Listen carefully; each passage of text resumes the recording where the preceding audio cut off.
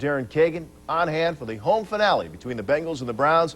A dark day in Cleveland sports history. She joins us live. Darren?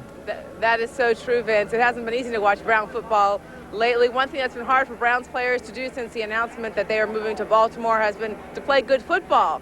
The Browns are on a 6-game losing streak since the move to Baltimore was announced. So the challenge today, especially for the longtime veterans, try not to get too emotional about this game and try to go out with some pride and a win. One of the greatest memories I have of Cleveland, and I said the people and the fans. And I'll never forget the way they treated me and my family.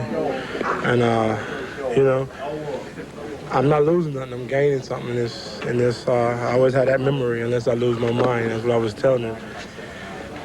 And it's something I always carry with me wherever I go. And now something I tell my son one day when he get old enough to understand.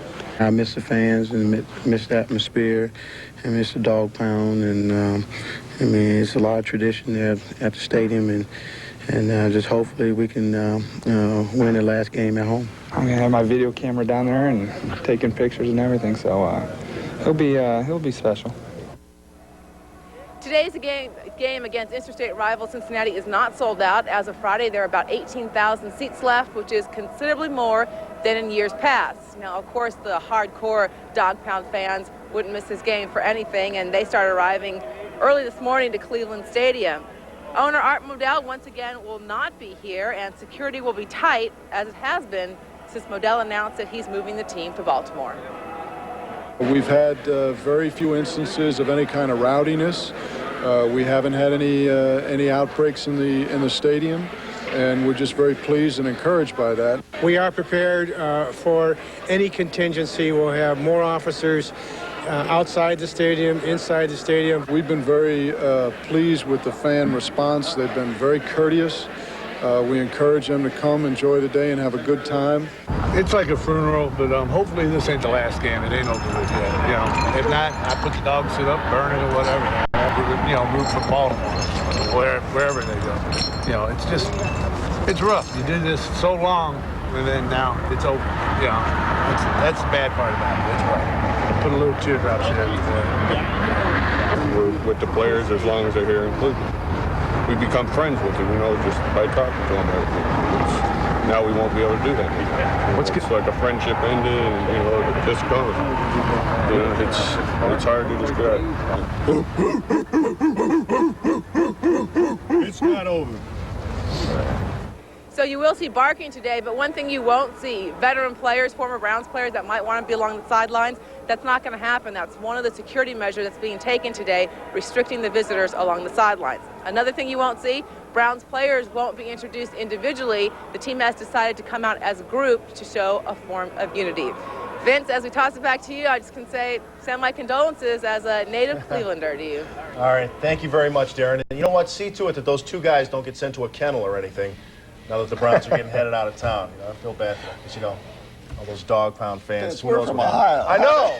That hurts. That hurts. It really does. It's very emotional, and I wonder if emotions will be a factor in today's game with the Bengals, you guys. I think they can be, but this team has been victimized by three thieves: Art Modell, Andre Rison, and Eric Turner. None of these guys have done anything for this ball club this season, and that's hurt this ball club. Whether or not they can get up for this last game, it really doesn't matter. It would be anticlimactic. Well, Vince, from a coaching standpoint, I don't know how Belichick is doing it. A front office, high-ranking front office guy told me this week that we just didn't even show up in Minnesota last week, got thumped there, and the team, I doubt if it shows up today. Look for the Bengals to romp. Well, that's the hand that Art Modell dealt him, and Right. the city certainly doesn't deserve what it's getting in this deal.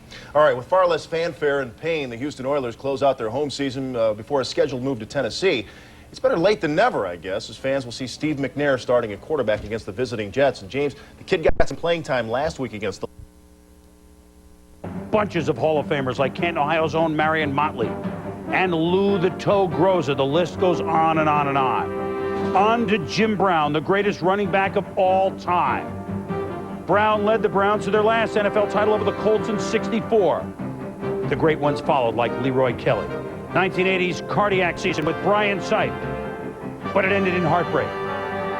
Hometown hero Bernie Kosar had them dreaming Super Bowl, but first came the drive. Then came the fumble. But through it all, the dog pound has remained loyal until now.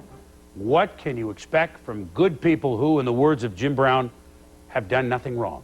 Football is leaving its cradle after 50 years and 50 light years worth of legacy when the Browns host, ironically, Ohio's other pro football team and Paul Brown's second team, the Cincinnati Bengals. The season has become a nightmare, but it's nothing compared to the hurt felt by all football fans, not just Browns fans. Money talks, the Browns are walking, perhaps. Andrea Kramer is live in what must be a sea of emotion at Cleveland Stadium. And Andrea, what's the mood in the stadium this morning? Chris, right now it's almost quiet. It's a bit eerie, although some of the old Browns players that you talked about, Lou the Toe Groza, he's outside in the parking lot. Brian Sipe will be there today. They will restrict the number of former Browns that are permitted on the sidelines for security purposes. There are right now 18,000 tickets unsold, but there will be plenty of security. Plainclothesmen, riot police, SWAT teams just roaming the entire stadium, especially making sure that no one tries to take home any souvenirs like any chairs that are out there. As for the tickets, they will not be torn today. They will be embossed for commemorative purposes. The teams themselves, the Bengals will be introduced as usual, but the Browns will come out of their dugout as a team, no individual introductions. Then they'll run down here, a few of them. They'll greet some fans in the legendary dog pound, shake some hands, some high fives, and then hopefully, Chris, the game will get on without any hitches. But if the Browns do lose, you can expect things to get ugly here. Andrea, have you had a chance to talk with any of the players and understand how they're feeling this morning? Chris, there's a very strange feeling among some of the players. A lot of them feel almost abandoned by the team themselves. Art Modell spoke to them last on November 8th. They have not seen him since then. There's also a feeling of nostalgia that's out there, though. Some players just want to get things over with, want to get this whole season over with. Others have strong feelings of sentimentality on both sides, the Browns and the Bengals.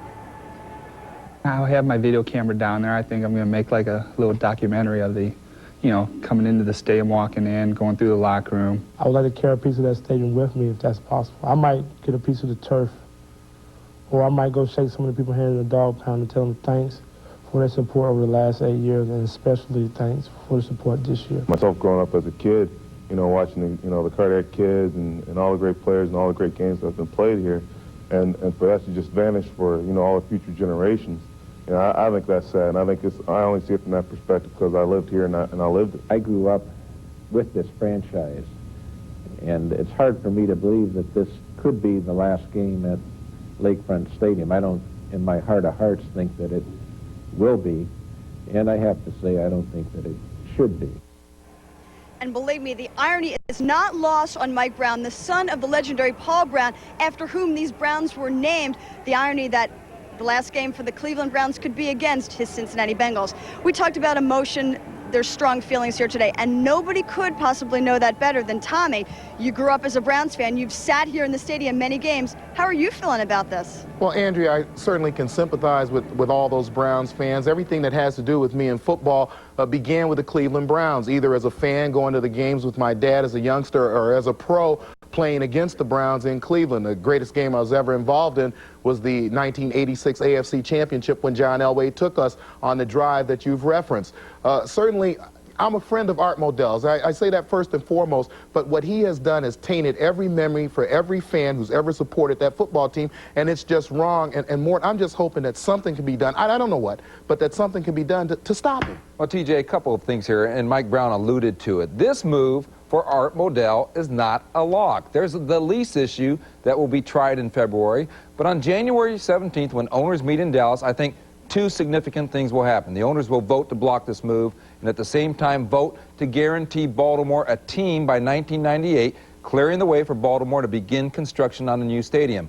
Part of the Cleveland problem is the stadium situation. The NFL doesn't necessarily think a renovation of this Cleveland stadium works and that a new one needs to be built. There's a lot of what-ifs. The latest concerns the future of the Colts because of health concerns for owner Bob Irsay. The Colts now become one of the candidates to move back to Baltimore. Now, that's a rather dramatic scenario. The Browns staying in Cleveland, the Colts return to Baltimore. It's a lot of talk, a lot of dreams. Don't know what's going to happen, really, Chris. Yeah, but people should know more that the NFL and everybody looking at all of the scenarios vigorously. A high-ranking NFL official told me this week that 50-50 pro football in Cleveland, not the Browns, not one specific scenario, but about 50-50 pro football in Cleveland. That was higher than I expected to hear. So we shall see. And obviously in this one, stay tuned. But that doesn't change the emotion today at the park. Well, there's another team finally playing its final home game after 36 seasons. Paul Brown's team actually began playing in 1946 in the old All-America Football Conference. In that league's 4-year existence, Browns club won all 4 championships. They've won 4 NFL championships, the last one in 1964, when ironically they beat the Baltimore Colts. The Browns have remained consistent through the years, last season making the NFL playoffs for the 23rd time. Only the Giants and Cowboys can equal that. As for the quality of player, only the Bears, Packers, and Giants have more members enshrined in the Hall of Fame. Finally, if you include their AAFC games and pre-regular and postseason NFL games, today will be the 444th game the Browns will play in Cleveland. Games with attendance of nearly 27 million fans. One of those fans, he has his own show on ABC, and he's been touched like so many others. Hi, I'm Drew Carey on the Drew Carey Show. Coming up on NFL Game Day, we'll explain to you why you don't see one Cleveland Browns thing in this whole bar, including my shirt. Next, Miami back on track. Dan Marino hopes to dismantle the Bills' banged-up secondary. Shuffling to Buffalo next.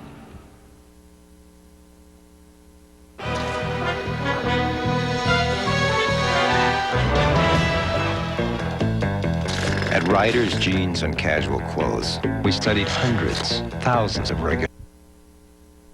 Says it all. Let's go back to Andrea Kramer. Andrea?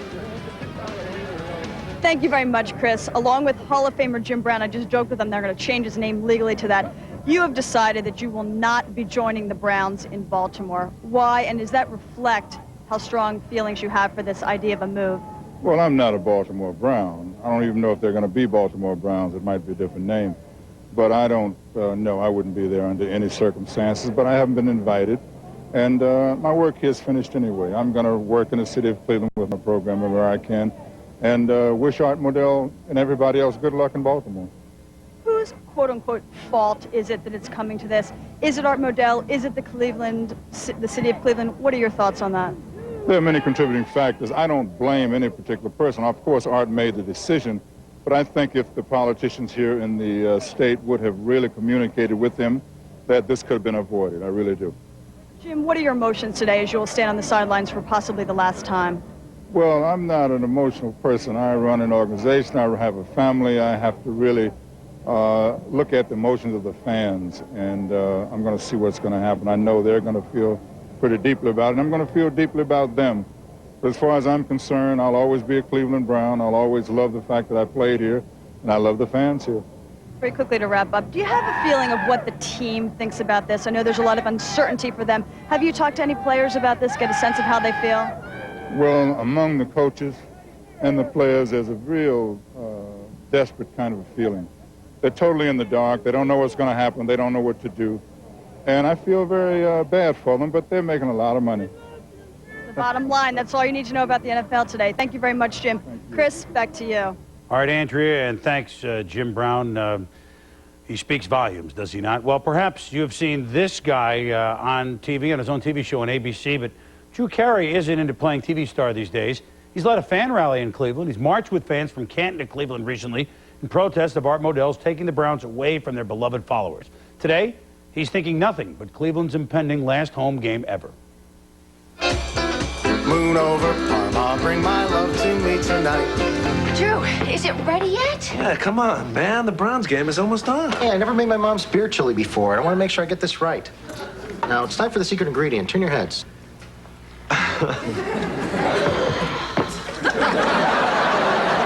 Hi, I'm Drew Carey from the Drew Carey Show. We're on the set of my show. This is the Warsaw Tavern where we hang out and drink. It used to be full of Brown stuff. Right over here, where there's nothing, there used to be a Browns helmet. And right over here, see all the Cavalier stuff that used to be all Browns pennants, and we used to have stickers and stuff all over the place. And I took it all down ever since Art Modell stabbed us in the back.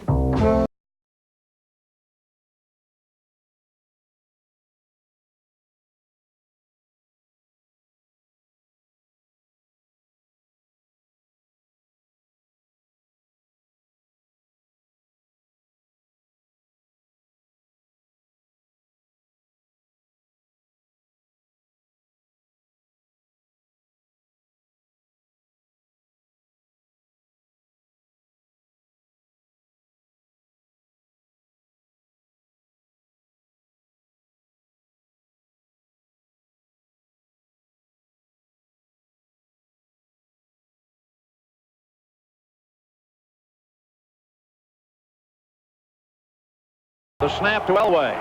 The look, the throw, touchdown!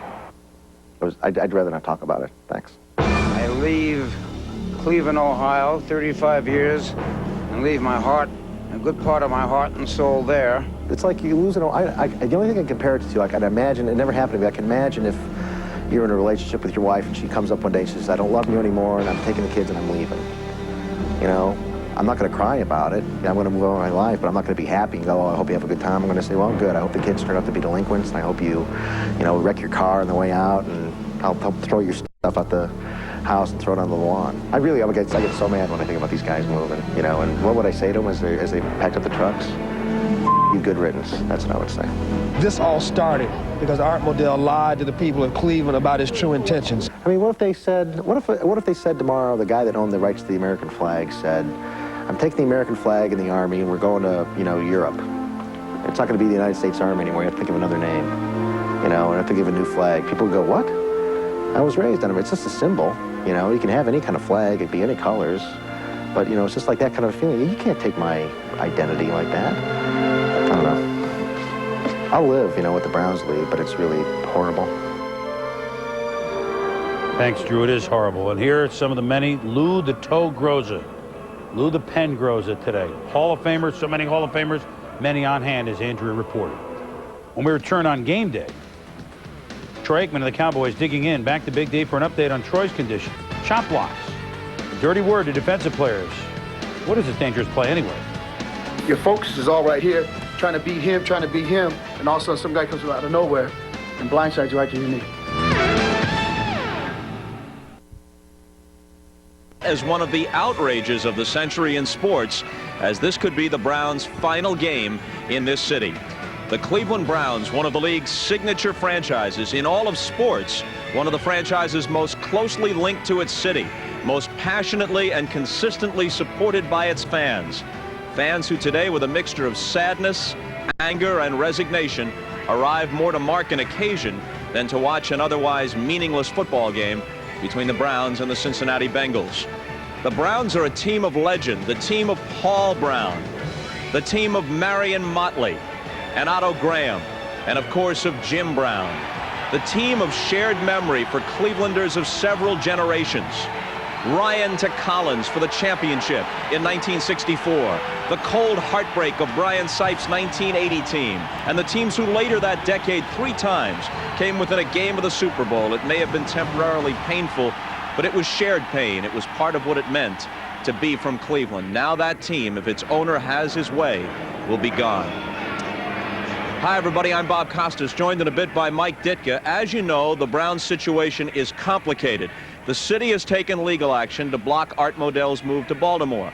The NFL itself is well aware that the Browns are only the most extreme example of a recent spate of franchise hopscotching that imperils the league's good name.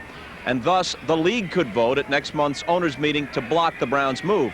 So it's possible that NFL football in some form can still be saved for Cleveland. We'll talk about that and also bring you the thoughts of Browns players of the past when we come back here in a few minutes. But first, let's check on the other news around the NFL as we send you to New York and Greg Gumbel. Greg. All right, Bob, thank you. The story of the day is in Cleveland. Day for mid-December in Cleveland. Temperatures could get up around 40 degrees. This will not be a sellout, and thus the game is blacked out in Cleveland. There are a few Save Our Browns demonstrations going on outside the park. So far, no incidents of any kind, no open demonstrations of anger. We're joined now by Mike Ditka. Coach, what's your take on this situation? Well, Bob, I tell you, I think the irony of the whole deal is that most of the country really doesn't understand the significance of what's occurring in Cleveland. But they should, because if it can happen here, it can happen anywhere. Let me talk about the fans a little bit. I met a lot of people, talked to a lot of people in the last day. These fans are some of the greatest fans in the country. I said that when I was a coach, when I had to come in here. These are rabid fans who really love the Cleveland Browns. Let me talk about the stadium. The fans don't care about this stadium. They like this stadium. They don't mind anything about it. The people who should care about the stadium are the visiting teams. The visiting teams' locker rooms are the worst in the National Football League. These locker rooms have not changed since I was a player. They're small, overcrowded, they're not sufficient for anything, but that's what should be changed. But the stadium itself, the fans get along with that. Let me talk about the third thing, the owner. Art Modell, a wonderful man, made the greatest mistake that he ever made. He went through, he tried to execute a plan that makes no sense. Here's a man who came into the league a number of years ago, bought the Cleveland Browns. He's made a reputation in this community. He destroyed it with one greedy move. And that move was based solely on one thing, nothing else, money. And that's wrong. And I want to say this to some of the other owners in the National Football League, especially the guy in Chicago. Don't make the same mistake. Fans do not forget. Don't make the same mistake in Chicago, or you'll have Ditka to deal with. Also with us in Cleveland is Jim Gray. Let's go down to him on the field. Jim. All right, thank you very much, Bob. Well, there's a lot of security here today. There are 4 SWAT units here, 5 riot response units, 250 officers. But so far inside, the people are very quiet and melancholy. They look like they are here for a funeral. Now, we also have learned that outside the stadium there are a couple of thousand people who are protesting the actions of Art Modell. So far, there has been no violence out there. We are now joined by Jim Brown, the all-time great running back for the Cleveland Browns. Jim, you have been rather unemotional until you arrived today. What are your emotions now? Well, of course, you know, this is what the game is about. You know, the fans, the people. It's a very difficult day. You know, if this is the last game, it's emotional. I'm going to keep mine inside. But for the fans, I think it's a terrible day. Jim, we appreciate you joining us. We're sorry we're so short with our time. Thank you very much. Let's go back upstairs to Bob Costas. Jim, as you know, the 2 central figures in this dispute are Art Modell and Cleveland Mayor Michael White. Now, Modell declined interview requests by NBC on the advice of his lawyers. Today, he's at his home in West Palm Beach, Florida. Yesterday, here in Cleveland, I spoke with the mayor. Is it realistic to hope that you win in court and Art Modell is made to stay for the remainder of his lease and maybe even beyond? Or is it a more practical scenario to win in court and then that gives you some leverage and you can make a deal to bring a new franchise here under better circumstances? We have been wronged. The league knows it, the lawyers know it, Commissioner Tagliabue knows it, and America knows it. I think it is incumbent upon the commissioner, the league, and Mr. Modell to make it right. We are very reasonable people, but this must be made right. Given the present circumstances, would it be acceptable to the city of Cleveland to retain the Browns' name, retain the team's colors, and receive a promise that a new franchise was coming here immediately or close to immediately, and then let Art Modell take off for Baltimore? We want our team, we want our colors, and we want our name. But could our team be some team that isn't presently in Cleveland? That's not a matter that I'm going to discuss on nationwide TV. Was the city late to realize how serious this situation was? Did they take the Browns for granted while they were dealing with the Indians, dealing with the Cavaliers, building the Rock and Roll Hall of Fame? Did they underestimate how annoyed Art Modell was getting? The day before the election, Art Modell stood on the podium with Governor Glenn Dending saying they were having fun trying to sabotage our election, and 72% of the people in this community still voted to keep the Browns in town and to raise the money. All of that, Bob, in 331 days. We weren't asleep at the switch. We did every single thing the team and the owner asked, and we did it within an efficient amount of time. When was the last time you spoke to Art Modell? I have not spoken to Art Modell in more than 2.5 months. What would you say to him if he called you tomorrow? You know, Art, I've known you a long time. You've done a lot of good things in this town. But the very worst thing you've ever done in your life is what you did to Cleveland on November the 6th. You still have the opportunity to make it right by renouncing this deal and returning the Cleveland Browns here. If not, then we are obliged to fight you at every turn until we bring our team home. Time only allows us to show a small portion of the conversation I had yesterday with Mayor White. He made several points in a comprehensive interview, one of which was that this is no longer just about the Browns, that everybody in the country is aware that the issue of franchise free agency really imperils the credibility of the NFL unless they do something about it. Bob, there's no question about it. It's about greed, really. And everybody wants to make money. Everybody's entitled to make money. But you can't offer a franchise in a city like Art Modell in this city for 40 years. He made money. He got his reputation. He's well known all over the country because of what the National Football League has given to him. He's got to start giving back. The fans in Baltimore are not better fans than the fans in Cleveland, believe me. But, of course, the fans in Baltimore got the shaft some time back when Bob Irsay took the moving bags, took off for Indianapolis. Commissioner Tagliabue says the league basically is powerless unless they can get that limited antitrust exemption from Congress so that they wouldn't have to fear treble damages from teams they try to stop from moving from city to city in an antitrust suit. Up next, we'll hear from Will McDonough on the latest news relating to this Cleveland situation, and we'll be joined here in the booth by former Browns quarterback Brian Sipe. Oh, please, oh, please, oh, please. Just help me this once, and I'll never ask for anything again. And save our Browns. Joined now by Will McDonough. Will, very quickly, in the last segment, we heard the mayor of the city of Cleveland say all the pieces were in place for Art Modell to stay. Is that true? I don't think that's true in any way, shape, or form. There's no evidence of that. All right. Now, are we looking at the last Cleveland Browns game in Cleveland? No, I don't think it's a slam dunk that this is the last game, Greg, and I'll explain why. This past week, the judge in Cleveland said we're going to have a trial on February 12th. The first thing that's going to happen, to me, the NFL will not vote now on Cleveland on January 17th. They'll put that over and say, let's go to the court in Cleveland and find out what happens. Well, this judge has already issued a temporary restraining order. He has the trial. He was appointed last year. He faces election next year. You're going to have him overrule himself and then try to win an election. So I say he fines for Cleveland, then it goes to the Court of Appeals. You go all the way down on the process until the end. I think you're in the next year. And I know the Browns have already made contingency plans to play in Cleveland next year if they have to. As soon as this season's over, they're moving all their personnel to Baltimore. They're going to train in Baltimore. But if they have to, they will fly into home games in Cleveland next year and then fly back to Baltimore. All right, Will. The worst nightmare in sports, more action in the courts than on the field. Let's go back to Cleveland and Bob.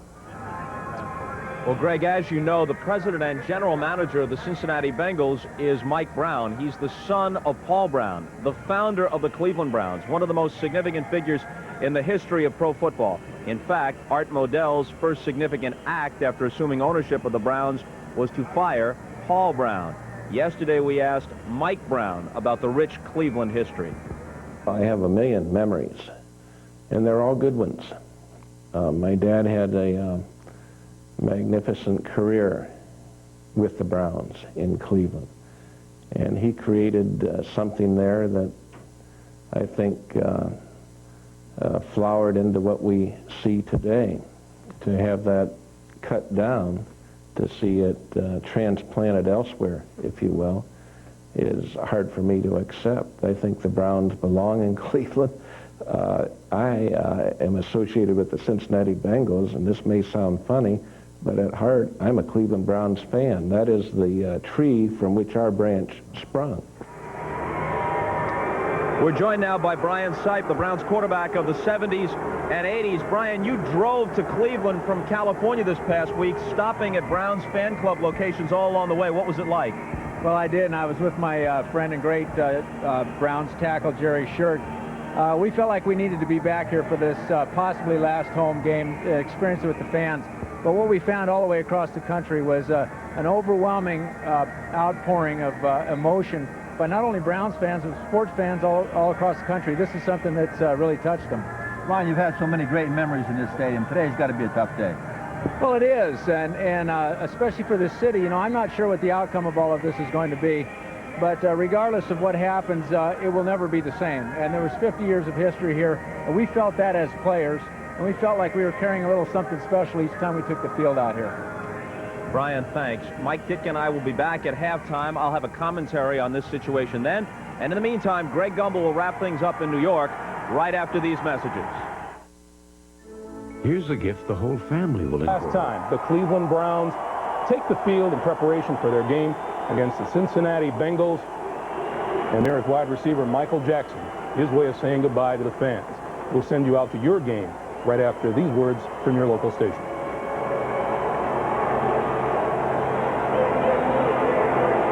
The original holiday comedy classic. Chevy Chase, Julia Louis-Dreyfus, and Randy Quaid in National Lampoon's Christmas Vacation, NBC Tonight. When tragedy struck in Evendale, Cincinnati's News 5 brought you live. Head and a tail.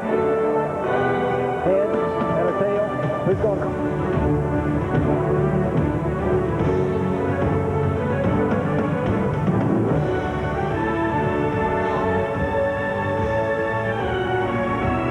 Everybody, the NFL on NBC, an historical afternoon The Cincinnati Bengals and the Cleveland Browns. Is it the end of the Browns in Cleveland? This is Charlie Jones along with Randy Cross. It is a very cold afternoon, but it is clear the sun is shining. But it is not shining in the hearts of the Cleveland fans here today, Randy. Well, Charlie, it's only appropriate. I don't know if many people have been in this stadium when the sun was actually shining in December for a game. It's great for the fans that are here. There's all kinds of things. You've heard it all on the pregame show, the way things have been. Mike Ditka put it best about the fans and how they feel about their football team here in Cleveland. They're absolutely crazy about it. The reality of our situation, though, is, Charlie, in the NFL today, rollerball is here. It's corporate football. It's a billionaire's business, and the family owners are on the way out. The head coach for the Cincinnati Bengals, Dave Shula, record is 6-8. He would like to get to 500 if he can win the last two. Bill Belichick of the Cleveland Browns, they have lost 6 in a row. Their record on the year is 4-10. And the weather, to make it official, is as follows: 32 degrees. I told you it was cold. Chance of snow flurries, they didn't tell me about that.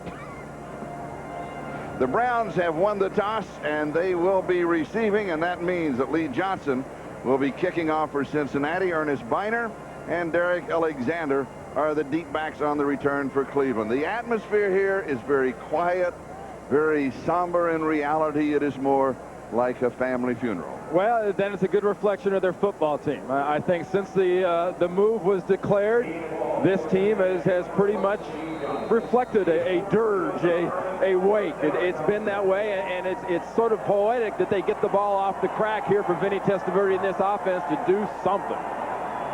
And here is Derrick Alexander on the return across the 20, and he is out to the 25-yard line. And so Cleveland will go to work following that 19-yard kickoff return, led by their quarterback, Vinny Testaverde. And here is the offensive line. He'll be operating behind. Well, their experiment of 1 week is gone. They're going to put Steve Everett back at center. That gives them the best chance to run the ball. Very important to get Biner going with this running game. And then when they go to the 4-wide, Derrick Alexander is going to come in. Normally a 1-back, 3-wide receiver set. And they start from the 25-yard line, and they start on the ground.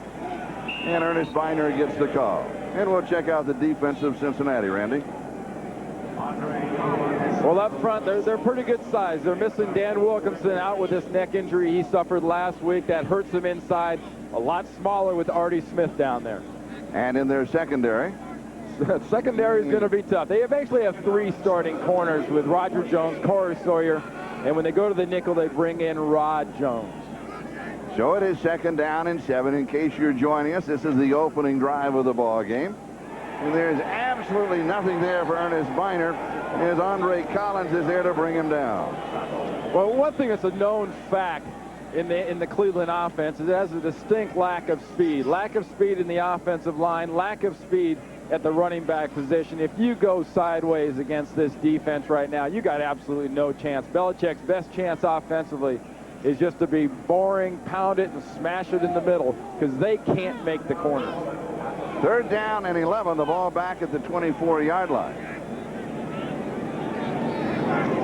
4 wide receivers in the offensive set. And deep over the middle, in and out of the hands of Michael Jackson. Michael Jackson yesterday told us, he said, I always have trouble at the beginning of a game. I can't hang on onto the ball. Then I will feed on the fans here because they get on my back. Well, and it's not really the hard ones he has a hard time with. It's the easy ones. Going from the light, ball coming out of the dark, doesn't concentrate on the ball, and little prophetic statement from Mr. Jackson. He misses an easy one early. TUPA will be kicking it away. And a pretty good kick. Corey Sawyer is the return man with the fair catch. And he will pull it in at the 33-yard line. 42 yards on the kick. And so now Cincinnati will go to work offensively. First time in the ball game. Their young quarterback is Jeff Blake. He's going to the Pro Bowl. He is having an outstanding year. Biggest difference from last year to this year, Charlie, when you talk to Jeff Blake and he talks about this offense, it's us. It's my offense. My We back. do this. Yes, right. That's a big offensive line. Biggest job today for that line. Protect Jeff Blake so he can get the ball to those skilled players. And they come out throwing. Back underneath the coverage. This is to Jeff Cochran. We've got a flag down. It's down inside, down in that holding area. Cleveland's going to be going up into the face of these offensive linemen a lot to get push on Blake. Jerry Austin is the referee on this frigid afternoon. Tripping, number 72 of the offense, 10 yards, repeat first down. That's on Scott Brumfield. Boy, when you're 6'8", 330 pounds, why do you have to trip somebody? Just nudge him. I mean, a guy like that couldn't even make that move. You just saw Jerry Austin putting that foot behind. He'd fall down trying that. First down and 20. The ball now back at the 23-yard line. The Cincinnati Bengals, Dave Shula, the coach, describes their offense as ball control passing offense. This one is incomplete at the 30-yard line. Let's check out the defense of the Cleveland Browns. And the spot really this Browns defense wants to attack is with this front seven. Attack that offensive line. Break down the line with these guys. You can attack this offense. You can attack their secondary also. Well, Antonio Langham's got a banged-up shoulder, hurt last week against Minnesota. They'll go against him. And we go to nickel. Dana Hall, the former 49er, comes in, and Tim Jacobs was victimized all week last weekend for Langham, and he's got a bad shoulder. Second and 20. Play action fake, rolling, picking up a screen block from the referee, and then out of bounds. Not a bad move by Jeff Blake. You find help anywhere you can. He was finally chased out by Larry Webster. Well, self-preservation can be a very motivating factor sometimes. You take advantage of the bodies you've got out there around you, but a good job right there of flushing Blake out of the pocket, making him get out there and make things happen. And what they're doing defensively right now, 61, Tootin, the big offensive tackle, in at tight end. But they've zoned up so far. Not much man out of Cleveland. And Tootin has a couple of receptions and a touchdown this year. As a good arm goes deep but misses. He was going to David Dunn. It will be fourth down, and so Cincinnati will kick it away. Remember, this Cincinnati offense, Charlie, is still very young with Pickens and Scott and Blake and whatnot. They need early success. When they get frustrated, as they have been the last few weeks at times, that's when they can start trying to make things happen. Almost a pickoff there by Langham. Ooh, taking some time as if it might be a fake, possibly setting something up later. And it's going to be down to around the 33 of the 34-yard line, first touching. And Cleveland was going to take over. We have no score in the ball game. We'll step aside. We'll be back in just a moment.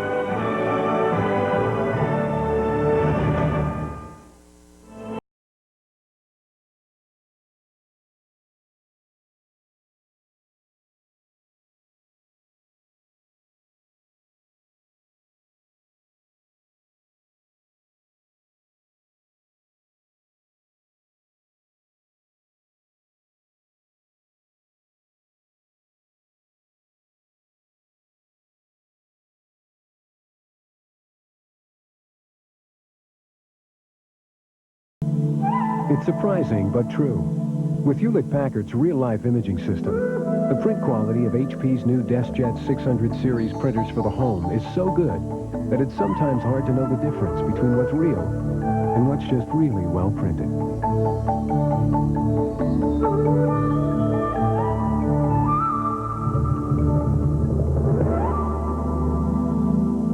HP home printers. Just what you had in mind. Let me guess. One side of you craves easy chair comfort, while the other side itches for performance, right? Well, meet Buick Regal with its famous 3800 V6 engine and Grand Touring suspension. Add to that an all-new interior with body-sensitive seats. And finally, there's a car for the two of you. Buick Regal. Welcome back to Cleveland. It is very quiet here. How quiet is it? It doesn't feel like a football game at all, does it? Not really. It's very, very somber. And what these fans need is a reason to get excited. And believe me, these fans would love to get excited about something big happen. You know, but this offense that Cleveland has a good amount of talent. In fact, Tony Dungy from the Minnesota Vikings, who they played last week, said that he thought this offense had the second best talent to any team they've played besides Dallas. So Cleveland in a scoreless first quarter thus far, opening their second drive from the 36-yard line. They're going to pick up 4 to the 40. Ernest Biner carries. Armando Stallings makes the tackle for Cincinnati. It'll be 2nd down and 6. Here's a look at Ernest Biner, 71 rushes, 259 yards. You saw his average. He has been averaging 7 carries a ball game. He, by the way, is their #1 receiver with 48 receptions. Well, the big dog running the ball has been Leroy Horde. He was put on IR yesterday with that cracked rib. And here's a little swing into the left flat, and it's Biner again. He pulls it in, and he's going to see where they get the mark. It could be the first down. It's going to be the first down. First down of the ball game. Well, they kind of did a little change up. They had 3 or 4 wide receivers in the first play, bring in 2 tight ends on this one. They're thinking run and just swing that out to Biner. And Biner showing something this offense has sorely been missing since they let Eric Metcalf get away last year, and that's a little speed and wiggle out of a back. Cleveland, 47-yard line. In the sunshine, Biner around the corner, left side. Nice inside-out move, and he'll get a fan reaction there. May pick up the first down. Corey Sawyer, after a gain of 11, finally brings him down. We talked with Sawyer yesterday. He played his collegiate ball at Florida State. He said, you know, it took me a little time to get comfortable, but just like at Florida State, you like to talk a little trash and play comfortable football. Well, you know, he said he was always worried about making a mistake, and he went to the final judge, Charlie, to get himself settled down. He went to his mom. That's right. He said, Mom, what am I doing wrong? And she told him, hey, look, you're just not the same guy. You're not loose. You're not out there being what made you good. Not having a good time. Pass back underneath the coverage. Biner again. Biner is the entire offense thus far for the Cleveland Browns. Ricardo McDonald wraps him up.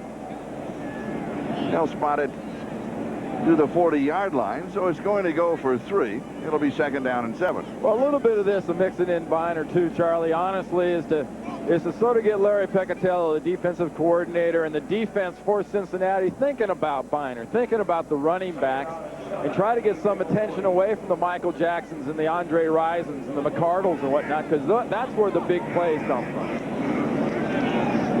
Here's the screen, and it's Biner again, but this time Cincinnati is all over the screen. They're going to lose maybe 3 yards on the play back to the original line of scrimmage. Andre Collins made a great play there. They had both tight ends in on the backside blocking. They're trying to go off to a little flip screen to the left. See the tight ends on the right, making things look like a run, a little flip screen with the line. Look how Collins just broke that whole blocking structure down. I mean, that's the kind of thing that Collins did for a long time for a gentleman in our studio, Joe Gibbs in Washington with the Redskins. He just makes big plays. 4 wide receivers in the set, 3rd down and 10. Testaverde, swing left flat, has to be Biner. It is. No, he drops it. I'm not sure there's anybody else on offense besides the quarterback at number 21. That's about the time you see the guy looking down at his hands. You know, kind of like that movie, that recent movie about the kids playing football. How can you let me down? Where have you been? Where have you been, Ham? Oh, they're right in the midst. But I think what they're really doing, Charlie, is setting them up for later. They're going to take cracks down the field. Sawyer, the return man, signals for the fair catch, and it's going to take a Cleveland bounce. This spins back and is going to go out around the 7-yard line. We've got a flag down. Well, Johnny Thomas was down there trying to look back into the sun, back into the shade. He was about to fall down on himself, trying to be near the ball. And an illegal man downfield against Cleveland. So they'll get to do it again.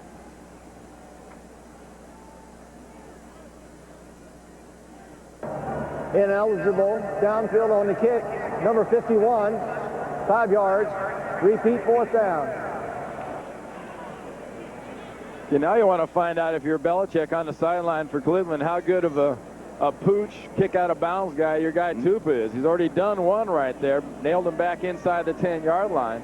Can he do 2 in a row? Well, I tell you, like I mentioned, Johnny Thomas was clean down the field. He's lined up on the near side as the gunner on the outside for the punt team. The outside guys will be the ones underneath the ball on this.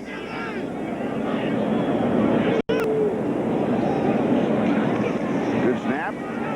Good kick. This good carry too far. He goes for the corner. Oh, he gets it. Perfect. Even better.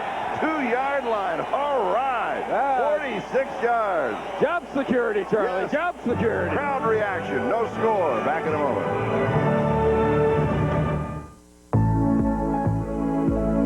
When was the last time you played in the rain? Let your hair go wild. Flexed your muscles to the world. Stayed up past your bedtime. When was the last time you really had fun in a car? Riviera by Buick. Go ahead. Express yourself.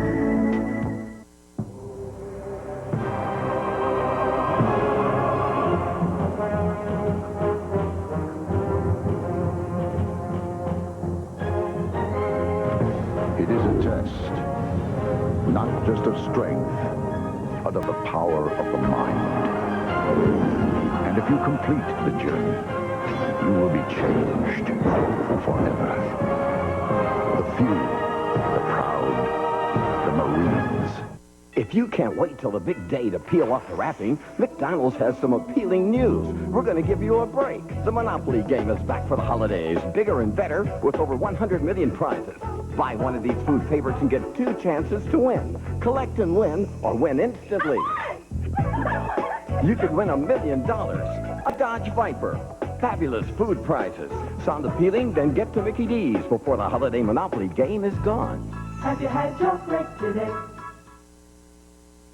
The NFL on NBC is brought to you by Buick and your local dealers. Remember Buick, the new symbol for quality in America. By HP Printers and HP Printer Fax Copiers for home and small business. Products you can depend on. By the United States Marine Corps. When you become a Marine, the change is forever. And by McDonald's. Have you had your break today? Cincinnati from their 2-yard line. To throw from the end zone. Pump fake, wants to go deep. Has a man in and out of his arms. Incomplete. At the 17-yard line, it was Darnay Scott. The intended receiver, Don Griffin, was there. Well, we keep saying it's such a nice day, but I don't know, maybe the balls are frozen or something because these guys are handling it like it's a bad weather game. Great protection for Blake in the end zone. Ball's a little bit behind Scott. That's inexcusable. You catch those balls, especially for your quarterback when you're backed up, because he's got to have it. Because right now you're looking at man up on the outside and blitz Jeff Blake. Blake now 0 for 3. And see if there's anything on the ground. There is nothing there. And, of course, operating right in front of the famous dog pound, Harold Green getting the call. And that offensive line is something that they're going to have to address in Cincinnati by next year. Because remember, there's a gentleman out of Penn State that got hurt his rookie year by the name of Kajana Carter. Oh, he's going to be awesome. And I don't care how good he is, if he gets that kind of blocking up front, they can make a great back look average if they don't get better up front. In Cincinnati, as you see, only 5 total yards. 8:21 in counting, time remaining, no score first quarter. Watch for the block pass. They got 5 against them last time. Pass is complete, and this will be the first down, then dropped out of bounds. Carl Pickens has a 17-yard reception, converting on 3rd down and 11. Oh, remember that play. Oh, yeah, I mean, Pickens just working one-on-one against Don Griffin, an old teammate of mine from San Francisco, and the key there was twofold. 1, Blake got the time, and 2, Pickens got the room. But watch the passing lane coming out over the left guard and left tackle. See that space between those 2 guys that Blake could throw the ball? You can't block a pass if you form passing lanes for your quarterback. I don't care how tall or short he is. and see if there's anything on the ground. Well, there's a couple of 3 yards, not much there. Now, this is a game of historical proportions from the standpoint. It is the end of an era for the Cleveland Browns, could well be. And as you know, there are Cleveland Brown fans all over the United States and all over the world. And our telecast is basically going to the state of Ohio. So this morning I set up an 800 number. So those of you that are Browns fans that are watching around the country, if you would call 1-800-400-JONES, clever, looks like that, 1-800-400-JONES, and the operators are there, and they will write down, you know, tell them where you're calling from, and the second half will give a report of everybody that's calling in. So everybody watching around the world. And this one is dropped right side. Yeah, I think you're right. You were on the field, and you said it was much colder down there, so maybe that has an effect. Well, it's got some effect. The wind is coming, as always, out of the end of this horseshoe here at Cleveland Stadium. But there's really no excuse. The sun's not in your eyes. You got a little bit of the breeze working off the lake, which if it's 32, it's probably, you know, let's say 20 or 18 with the wind chill and whatnot. But this area is no big deal. And the Bengals have already dropped 3 of the first 5 passes Jeff Blake's thrown to him.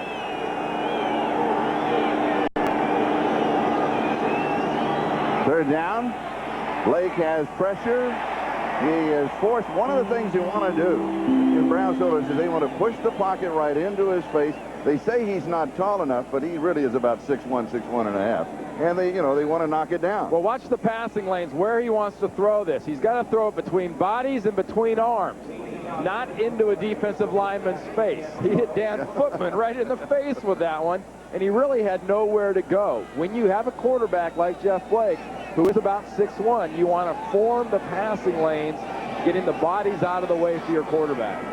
Pressure on Lee Johnson, barely gets it off. But it takes a Bengal roll, and then picked up on the hop by McCardle and out of bounds at around the 22-yard line. And so the Bengals with the first down and the 54-yard kick are basically out of trouble. Browns have the ball, no score. Complete coverage of the NFL on NBC. Last year, the Cinderella Chargers represented the AFC in the Super Bowl, but the clock could strike midnight for San Diego when they faced the New York Giants. The NFL on NBC. Oh, my, all the way to Super Bowl 30. We're in the first quarter. We have no score. Cincinnati and Cleveland. Mixed emotions on the Cleveland Browns. I don't think emotion plays much in the Cleveland Browns game plan right now, and hasn't for the last 8 or 9 weeks. They're completely flat. Testaverde throws far side. And Michael Jackson. Nelson has his first reception of the ball game. Corey Sawyer had the coverage. Now, Pepper Johnson brought up what I thought a very interesting thing, something that kind of clarified the mood here in Cleveland to him. He said, you know, we've been introducing the offense, introducing the defense every week. And then they decided they were just going to start introducing the team because the players are getting tired of getting booed by the home crowd. And he goes, that told me where these players' heads were at. They were so worried about how the fans were going to boo them, how they were handling the situation. They were forgetting about football. That was not their top priority. Football is not the top priority to the Cleveland Browns right now. Minor, the ball carrier, to the 31-yard line. He'll pick up about 4 on the play. Should be third down, a yard and a half to go for the first down. Minor now 5 carries. He's rushed for 17 yards. Artie Smith, the defensive end for Cincinnati, makes the stop on the play. Well, like you mentioned before in the last possession, if you get the total offense for the Cleveland Browns and the total offense for Ernest Biner so far in this game, about the same number. They featured him, have not got a ball outside. Biner last week picking up only 11 yards against the Vikings on the ground, and now trying to pick up the first down. If he gets the mark, he's got it. And he does. First down. And they're running to the strength of that offensive line, which is in the middle with Steve Everett, with Dahl working against Rucker. And that's where you should go for those short yards like that. They've got a big physical offensive line here. They should be able to get those kind of yards. You take a look there at Steve Everett, the center out of Michigan, laughingly referred to in a local, or laughingly by me and him, in a local magazine as a Renaissance man. He goes, well, you know, articles like that are great because I can mail them home to my family. My mom loves it, but don't buy that. Here's Biner right side, cuts back, across the 35, 37-yard line.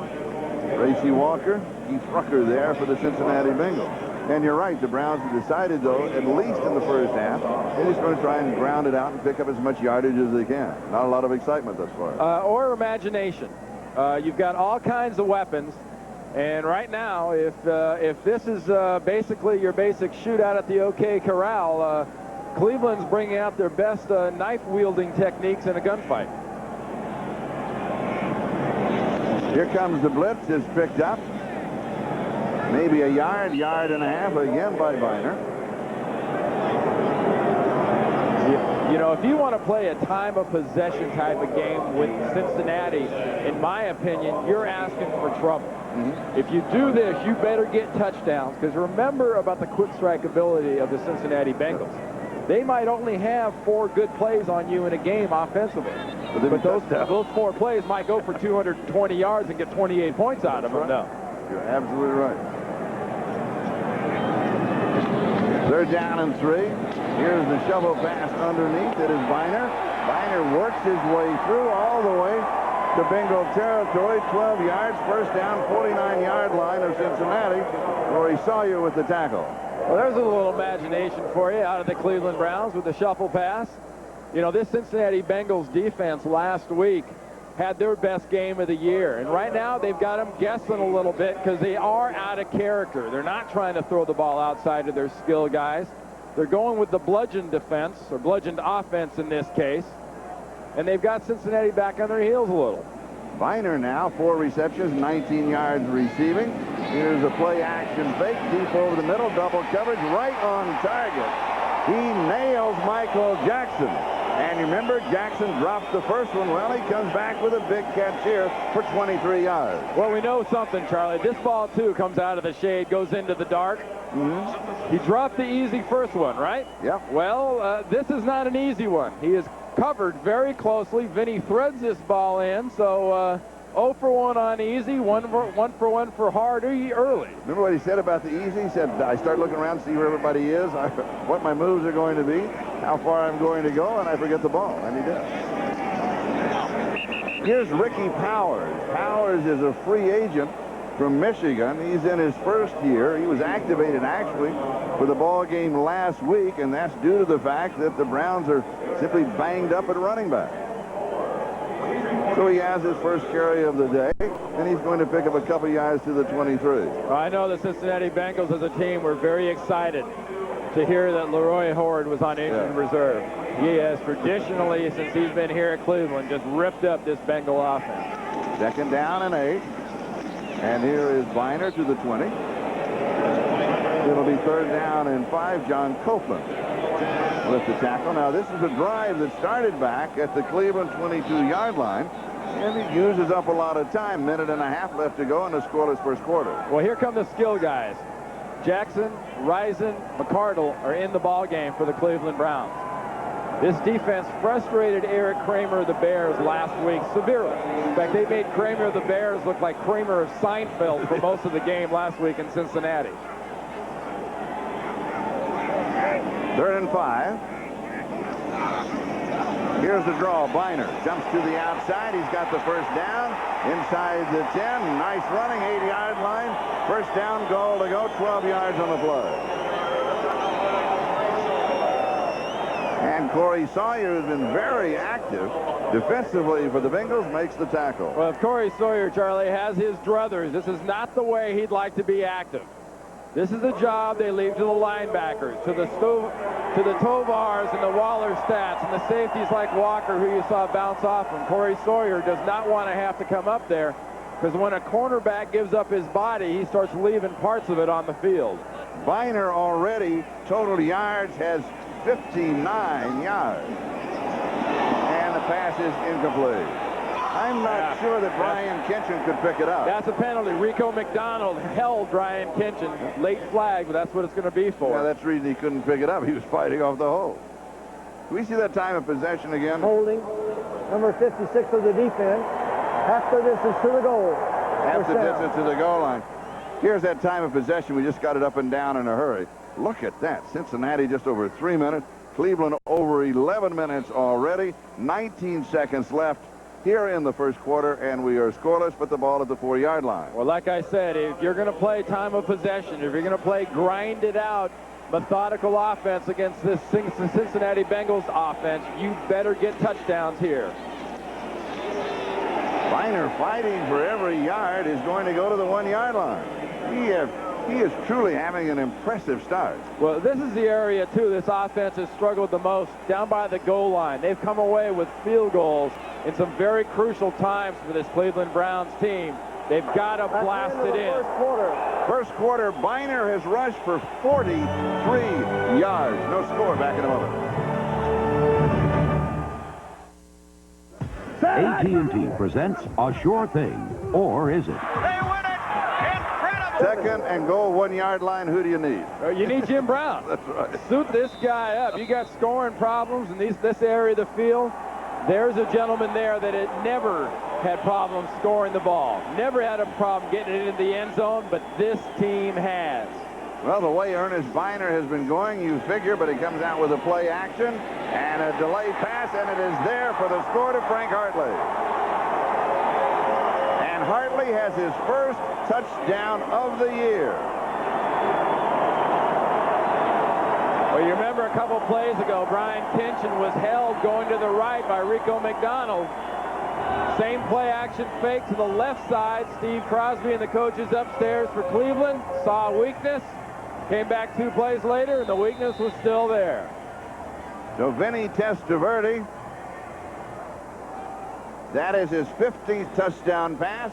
Frank Hartley has his first touchdown reception of the year and only his 9th reception of the year. The extra point is good. And the Browns have scored as we open the second quarter.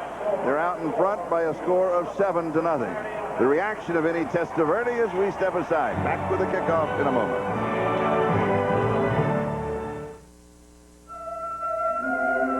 Todd and Celia Unger began their voyage together nearly 40 years. Opening play, second quarter. Cleveland up 7-0. And Randy, here's the drive. Well, I hope Frank Hartley saved that ball.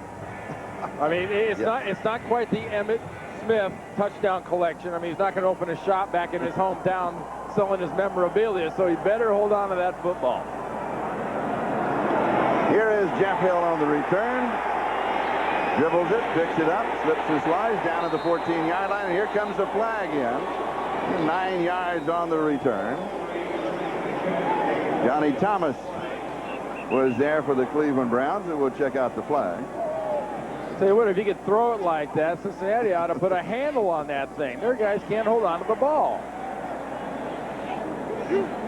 Here in the run back, illegal block from behind on the receiving team. Half a distance to the goal. First down.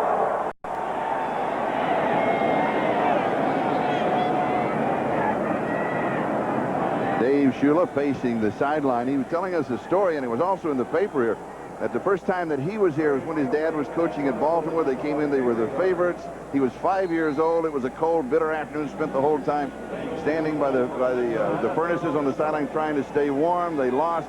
He said he went in the locker room and says, the first time I've seen grown men cry. And he said, from that moment on, I always hated the Cleveland Browns.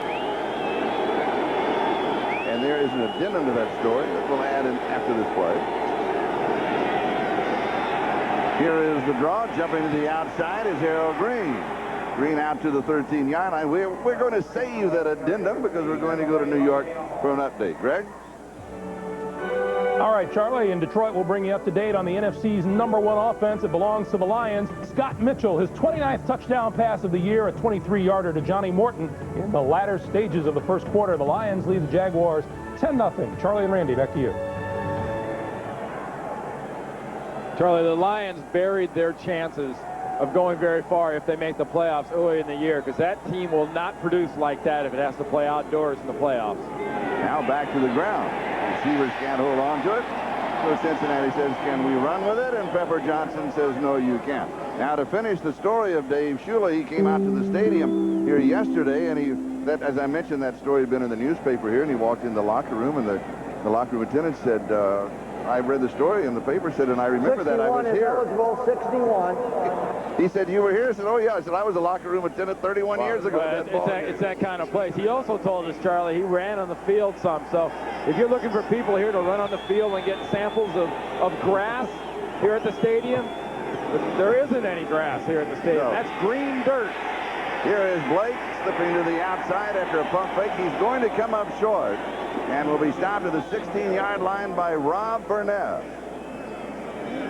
Well, they're getting excellent coverage down the field by the defense here. That's enabling the defensive line to put a squeeze on Blake. You can't get a pup-and-go action against a zone the way they're playing it on the outside. Burnett comes in with the sack, but Blake was running the whole way. He had nothing to do. He's going to bring the chains out to check the measurement, then to make the decision. While they do this, quick reminder, if you're watching on satellite, Cleveland Browns fans, call us 1-800-400-JONES and let us know where you are, where you're watching this historic game. Could well be the last of the Cleveland Browns here at Cleveland Stadium. So there you see the call. They'll refuse the penalty. That'll make it 4th down, and that means that Cincinnati will be kicking. Oh, also, if you're outside of the country on satellite, you can call collect 619-454-1417. 619-454-1417. Second half, we'll let you know who all is watching around the world. I don't know what that measurement was all about there, Charlie. I mean, it was clearly Here's the situation, though, for the Cincinnati Bengals. Do not kick this ball to Alexander. This is a classic setup for an opportunity for a return from the Cleveland Browns. Alexander is the deep back. Now, Kenan McCardle is the up back about 10 yards in front of him. That's for a short kick. I think Cleveland's going to come after this ball. They almost got to him earlier. Lee Johnson kicking. Doesn't turn over, but is taken at the 38-yard line. Good coverage, slips a couple of tackles, cannot get around the corner. Ball pops loose. And they're still battling for it. Cincinnati says they have it. One official pointed one way, one the other. It is Cincinnati's ball, It's going to be Cincinnati's ball. I love that classic when one comes up one way and one the other. Can't be wrong. No, you got it covered. All right, 46 yards on the kick. Eric Bieniemy recovers the fumble. Back in a moment.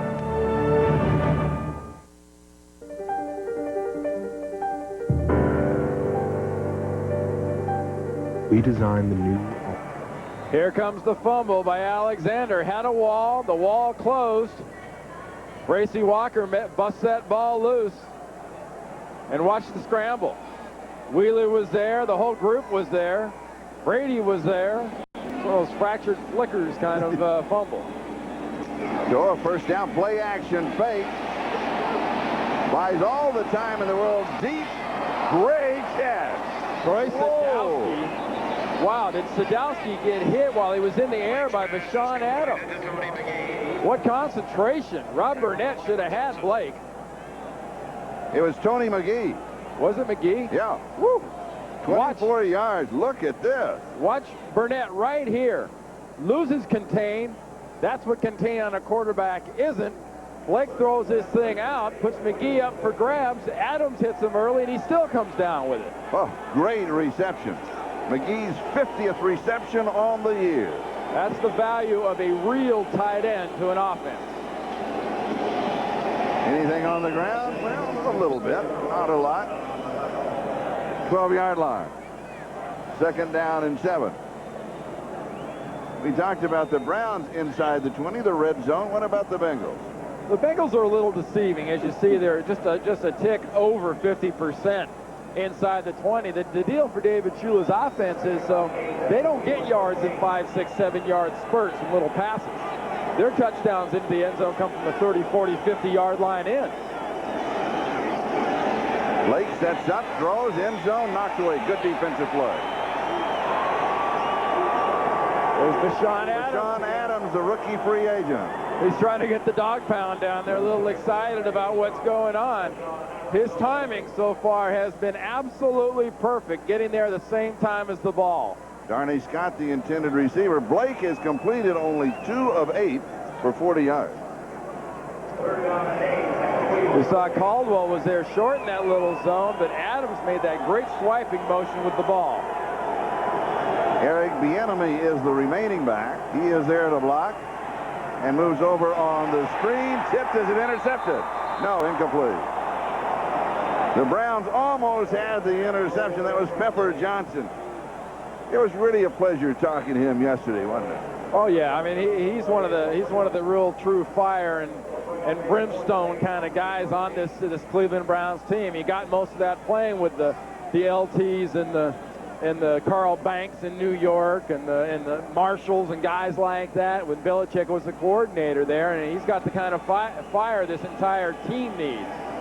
30-yard field goal attempt by Doug Pelfrey, right into the dog zone, and he nails it.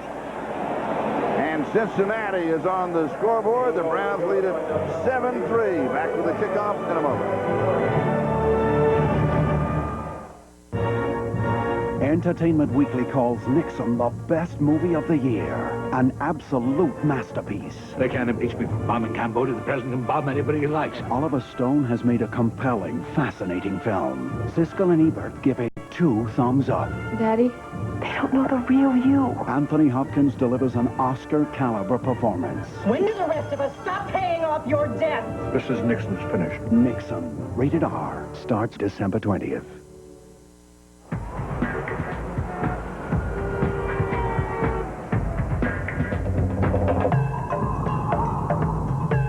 This isn't just any sport utility vehicle. It's the first one from a luxury car maker. With heated seats, retractable mirrors, and power moonroof. The new Acura SLX. It's the most civilized way to leave civilization.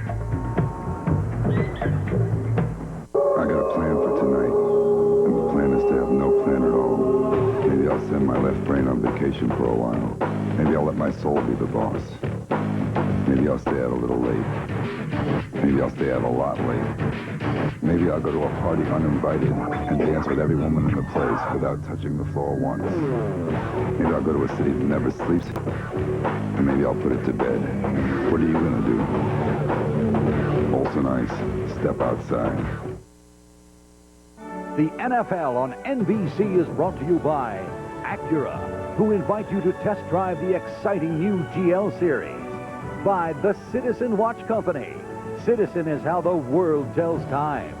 By Intel, the world's leading maker of microprocessors. And by Red Dog Beer. Bold yet smooth, unusually easy to drink. You are your own dog. The sentiments of the Cleveland Browns fans here. 7-3 ball game, Cleveland on top. And that means that Lee Johnson is going to kick it away with number 85, Derrick Alexander, and 87, Keenan McCardle as the return man. And McCardle takes it right out of Alexander's hands. He returns it across the 30, out to the 32-yard line. Next Saturday, NBC Sports presents more exciting NFL action starting at the special time of 12 noon Eastern with the NFL on NBC. Junior Seau and Stan Humphries, the defending AFC champion San Diego Chargers, fighting for a playoff spot.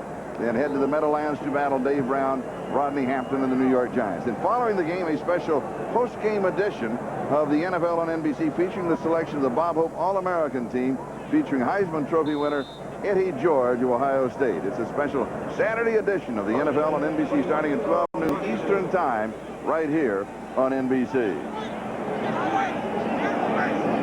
Cleveland with a first down and the ball at their own 32-yard line. Testaverde to throw.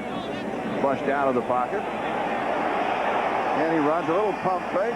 Not a bad run. He, of course, is timed by an hourglass. Well, it's interesting. But he makes a good move, and it has a big smile on his face. 9 yards. Well, it's interesting, Charlie. The Cincinnati defense said the biggest difference between Testaverde and Zaire, the backup, is basically that Zaire can run and really brings that wiggle. But, you know, if you've been watching this quarterback Testaverde for very long, you saw him run like the Dickens in Tampa Bay, mostly for his life. But they designed plays for him to run down there. Don't be fooled. Vinny Testaverde can run with the ball. He'd just rather not. 2nd and 1, 4 wide receivers. Good protection downfield. Juggled, held on to. Yes. the 50-yard line. And it's Andre Rison. The love affair continues. Yes. Between Andre and the Browns backs. It's not the love boat, it's the boo boat. Right, I mean, Andre makes an easy one look tough and makes a tough one look easy on both those catches you just saw right there. And that's the reaction Andre's gotten from these fans based on the fact that he said he can't wait to get to Baltimore because of the way the fans have treated him. First down, 50-yard line. Ernest Biner with a couple of good moves. He has really been active.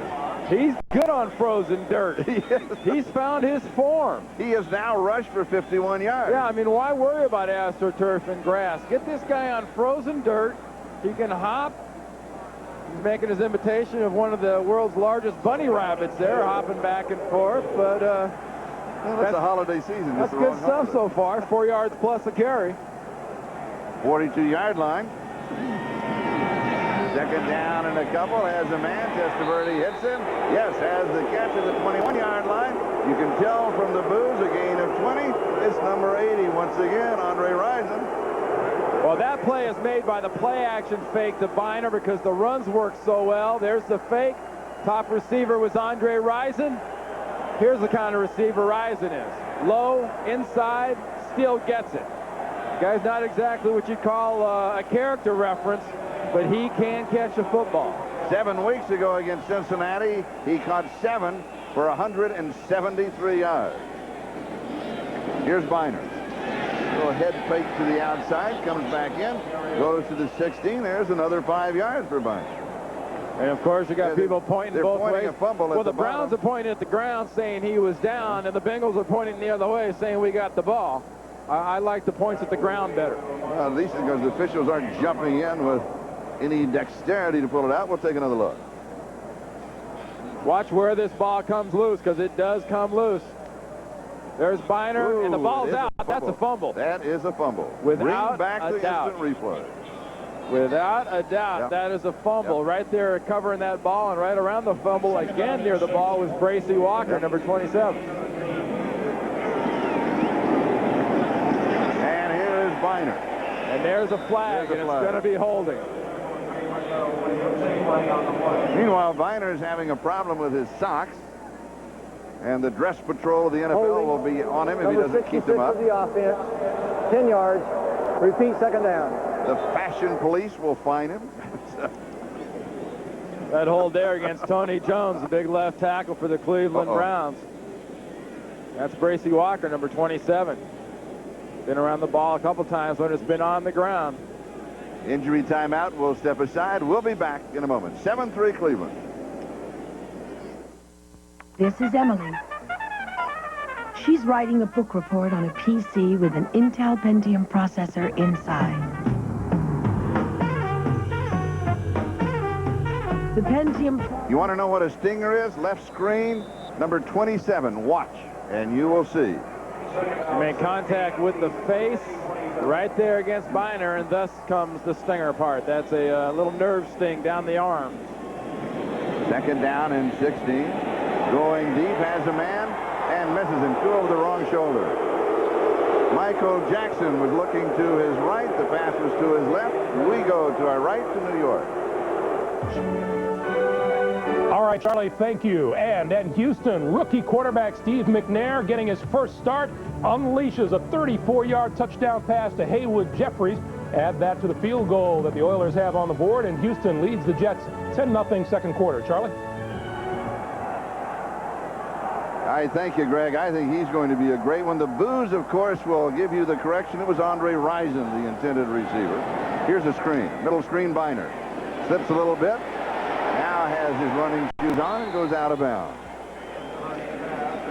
We mentioned about the stinger. What does it feel like? All right, it's, I guess, the closest analogy you could make to getting a stinger and the nerves running down your arms as a result of getting hit in the head like that. Kind of like stick your finger in a light socket. Oh, I don't want to do that. That's about what it feels like. What about like if you hit your crazy bone? Is it that feeling all the way up and down the arm? That times 10. Oh, really? Yeah. That much? Ooh, yeah, okay. It's not a pleasant experience, but it does tend to go away fairly quickly. That's the good part. 37-yard field goal attempt by Matt Stover.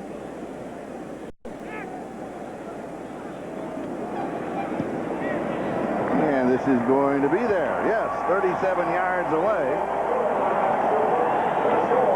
And Cleveland back on top by 7. Back to the kickoff in a moment.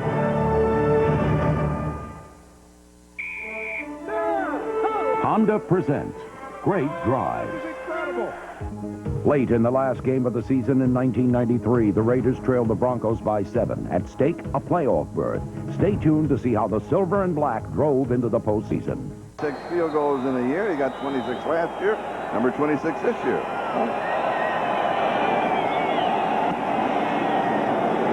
And we are underway. Taking to the 2-yard line. This is David Dunn on the return. Has the opening. He can turn it on. Little 360 move out across the 40, 45, 47-yard line. About 45 yards on the kickoff return. And Bashan Adams finally got him.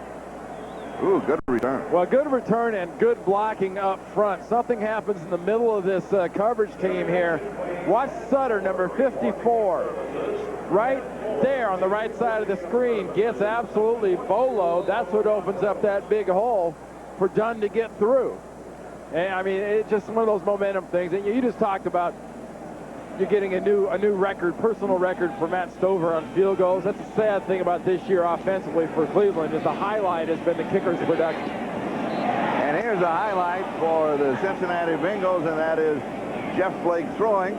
And he goes to Tony McGee, 16 yards. McGee now his second reception of the ball game. He has 51 on the year. And a gain of 40 yards on the play. We talked with Jeff Blake and asked about his young son Trey, who now is 13 days old, had some surgery because of intestinal problems. Says he's doing just fine. And in particular, his mother-in-law, a very special lady, Carolyn, is staying there with his wife and with their other kid, and has really been a big help. And so his mind is at ease today as he comes out throwing here in this drive. He's a nice young man. I enjoyed visiting with him. And very deservedly so. He's a Pro Bowler this year. I think he was a little surprised with the marquee guys, you know, the Elways, the Marinos, and Kellys and whatnot in the AFC. But, you know, like I told him last night, I said, I'm sorry, Jeff, but when you start throwing up, you know, get around the 30 number touchdown pass-wise in a season, you start throwing for the yards you do and making the big plays you do, people notice. 26 touchdown passes, over 3,000 yards. A game and a half to go in the season. Anything on the ground? No, there's nothing there. We got a flag on the ground. That's there. He said he had 2 goals when he came in the league, Pro Bowl and Super Bowl, and he got the first one. Before the ball was snapped, false start. Number 86, 5 yards. It's still first down. Darnay Scott called on the false start, so take the ball back out to the 28-yard line. Yeah, well, Blake's got 1 goal down. The Super Bowl's a big one. You know, I was on 49er teams that beat the Bengals twice in Super Bowls when they had shots at getting it. I'm not sure if Jeff Blake might not have to play somewhere else to get a Super Bowl ring. I don't know if the Bengals got it in him. I don't know. He takes a sack here. You know what he said? If we can get to 500 ball, then, you know, we just need a few pieces to fill out the rest of the puzzle. And part of the pieces of the puzzle is protection up front from his offensive line. Watch Footman, 78. Now you see me, now you really see me. It should be now you see me, now you don't, because your line's in front of him, and the don't part never came into the equation, and Dan Footman gets himself another sack. And here's a guy that's had a catastrophic type knee injury. Talked about the rehab. He's come back. He's really wants to be an encouragement to William Floyd, his former Florida State teammate for the 49ers, who blew his out earlier this year. When we talked, he said, why do you want to talk to me? Then he sat down. We talked for about 20 minutes. And he talked about wanting just to he talked about the height of the quarterback, Blake. Now there's some exchanges here. Is this what you expected? Is this the fight? You said there's going to be one. A little bit here, but what you're going to have a lot of pushing and shoving from these offensive linemen, because, you know, Footman in this line want to push the offensive line. Still second down. They delay a game against Cincinnati, but, you know, Footman in this defensive line want to push the offensive line back into Blake's face. Yeah. And that's an ego thing. You know, because it's a misnomer calling offensive linemen offensive players. They're by nature very defensive. They give a lot, and they hit very, very rarely in an aggressive mode. You're very much a defensive player. In this mode, the defensive linemen are on the offensive. They're trying to smash this offensive line, specifically the guards and center, back into Blake's face. 2nd and 27. Anything on the ground? Yes, there's a little bit. And that's Harold Green. He gets a chunk of it back. And he picks up 11 yards on the play. Well, if you're going to be aggressive, you're going to attack, you're going to try to smash the line back into Blake's face, well, let them go. Let them smash all they want. They run by the running back with the ball. It really doesn't matter. Footman runs by him. 61 Burnett runs by him. 61. And let's take a look at what Footman does here. Joe Walter barely gets a breath on him, but it's still enough to keep him from making that tackle. So it is 3rd and 17, 3 tight ends. So that means that Melvin Tuta, number 61, is an eligible receiver. Bengals have converted only 1 of 5 third down opportunities, and this one is going to be there. Yes. Excellent running after the catch by Jeff Hill. Hill, the free agent out of Purdue. He needed 17. He got it with 2 steps. 19 yards on the play, first down. Inexcusable, Charlie. Pepper Johnson talked about, you know, it's not the 3rd and 1s and 3rd and 2s you give up that really make you mad. You get a team in 3rd and 16, 3rd and 17, and they lunge and lurch and just get enough for a first down. That makes you nuts because an offense gets momentum, and momentum offensively usually means points. First down, 12-yard line, headed into the dog pound over the middle. It is pulled in at the 5-yard line. Darnay Scott with the reception, and Pepper Johnson was all over him at the 5. Well, remember that this is not a goal-to-goal situation. The Bengals can get a first down right around the 2-yard line, so that's a big reception over the middle of the ball. That sets up with 3 yards to go, 2 cracks for a first down, 5 yards for a touchdown.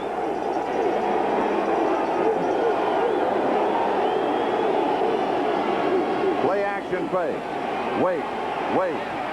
Back edge of the end zone, and it is there for the score.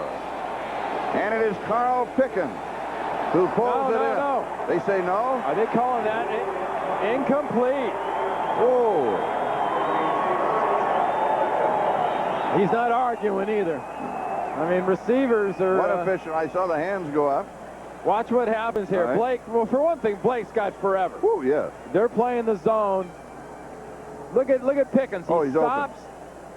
He throws it behind the linebacker, and clearly that ball hit the ground. Good call. So it is 3rd down and 3, and he was wide open, too.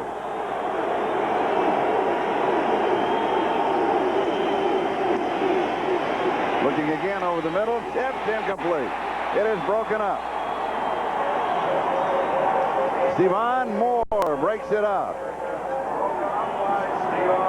Very good defensive play. Oh, nice example there of red zone defense. Watch the linebackers and the defensive backs from the quarterback's perspective. There's Stephon Moore in the middle. 27, lurches out and gets it. I mean, you're playing zones, you're setting up in your picket fence, and they can't get it through the slots in the picket fence. Stephon Moore gets it. 22-yard field goal attempt by Doug Pelfrey, and it's blocked.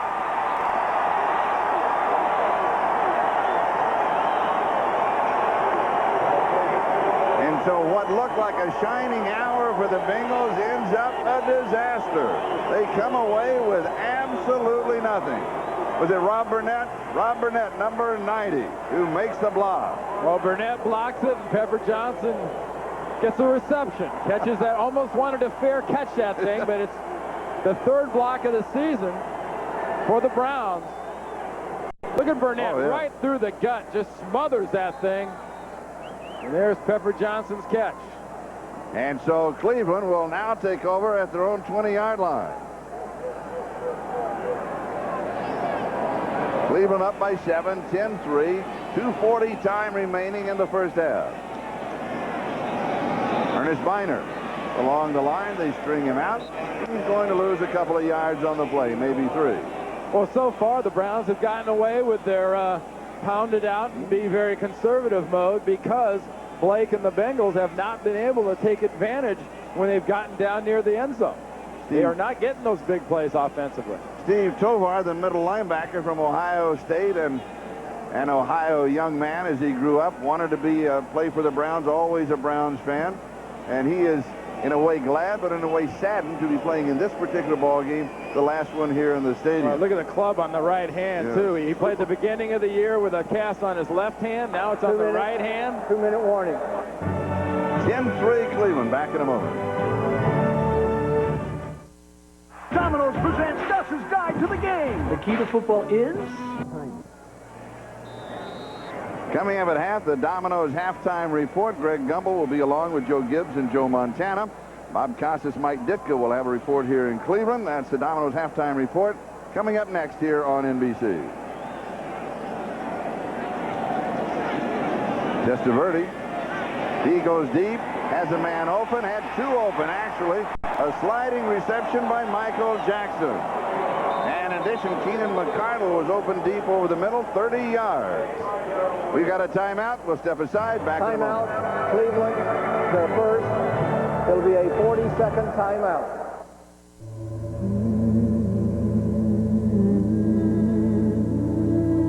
Wanting to loosen up his attitude. Well, it's time to tighten up the defense. Little slip on the frozen dirt for the young man. Michael Jackson makes a nice adjustment to the ball. Now has 3 catches for 61 yards. Vinny off to a pretty good start, Charlie. 11 of 14, 118 yards and a touchdown. 50-yard line.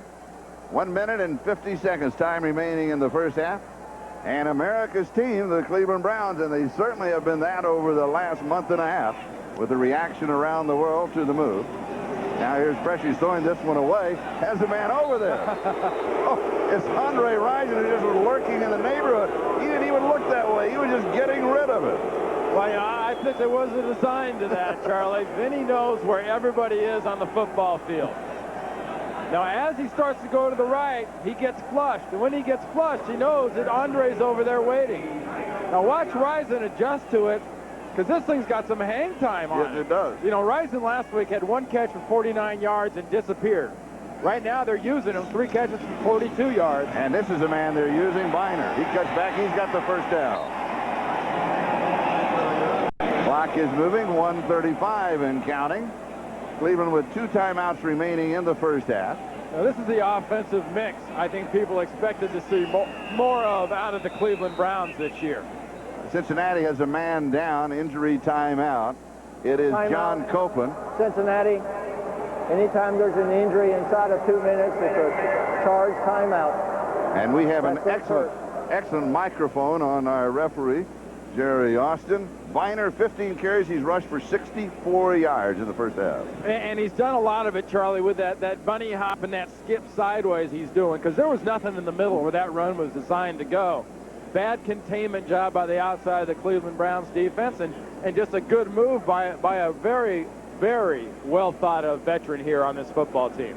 And a quick reminder of those Cleveland Browns fans watching around the world, the number to call to let us know where you are is 1-800-400-JONES, and make those calls within the next 5 or 10 minutes, because we're going to close down the phones at halftime, and we'll come back in the second half with a report from the people that we've heard from around the world. Again, the number 1-800-400-JONES. Still with that injury timeout. Now 1:27, minute 27 time remaining in the first half. Cleveland on top and on a drive. You know, one thing you don't need when you have a real solid grass field, you don't need guys to clean out their cleats. And in the Cleveland offensive huddle right now, you've got these big plastic things that are on the board. See those right there? Yeah. This guy's job is to go out on the field and put those down, and everybody scrapes their feet on it. Like golfers do. And you're not trying to get the grass out from underneath your cleats. You're trying to get the mud out from underneath your cleats. You know, the amazing thing is, talk about the technology of football, and the helmets change, and the pads, and the knee braces. The dirt cleaners at Cleveland Stadium are probably here when David Shula was 5 years old. It is a first down for Cleveland. And here is Biner, shut off inside, slipped 1 tackle. Second man gets it back to the line of scrimmage. Andre Collins is credited with the tackle. Tony Jones, 66, the big left tackle, down holding a knee. An injury timeout, and that will be a charge timeout. Timeout, Cleveland, their second.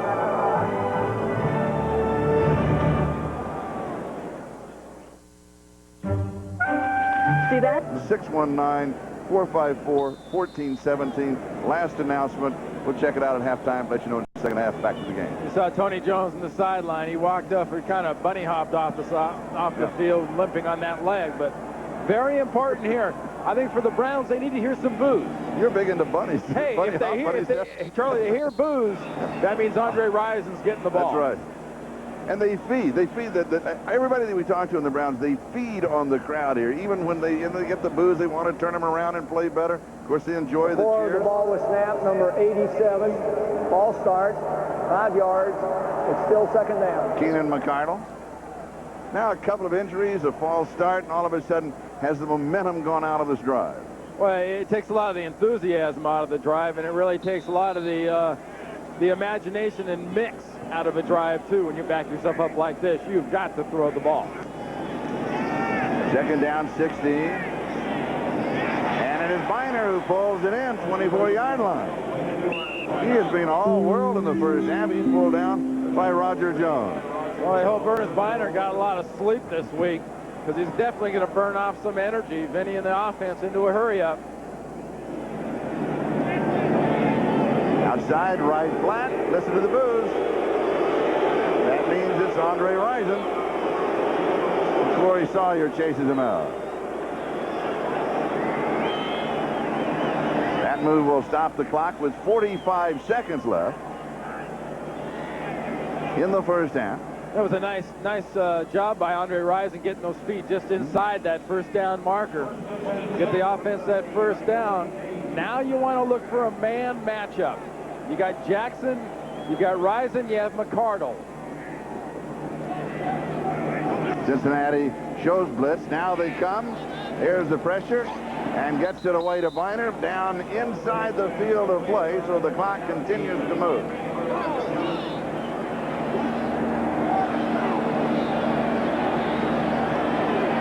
Audible call. No huddle. A quick hitch up top would work to Rison. Looking left, throwing over the middle, diving reception, touchdown. Keenan McCardle, 16 yards, and a great catch. That's a good example there of taking advantage of what a defense is giving you. You had Michael Jackson on one side, Rison on the other. They were doing a little double coverage on the outsides. That opens up the middle for McCardle, coming from the left slot. Clear about now, dives about then, and gets himself 6. Oh, yeah. And that is his 4th touchdown of the year. Stover to attempt the point after. And he's got it.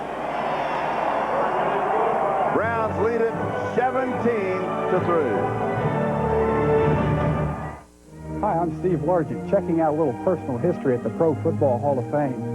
I can't believe it's been 5 years since I last played a game in the National Football League.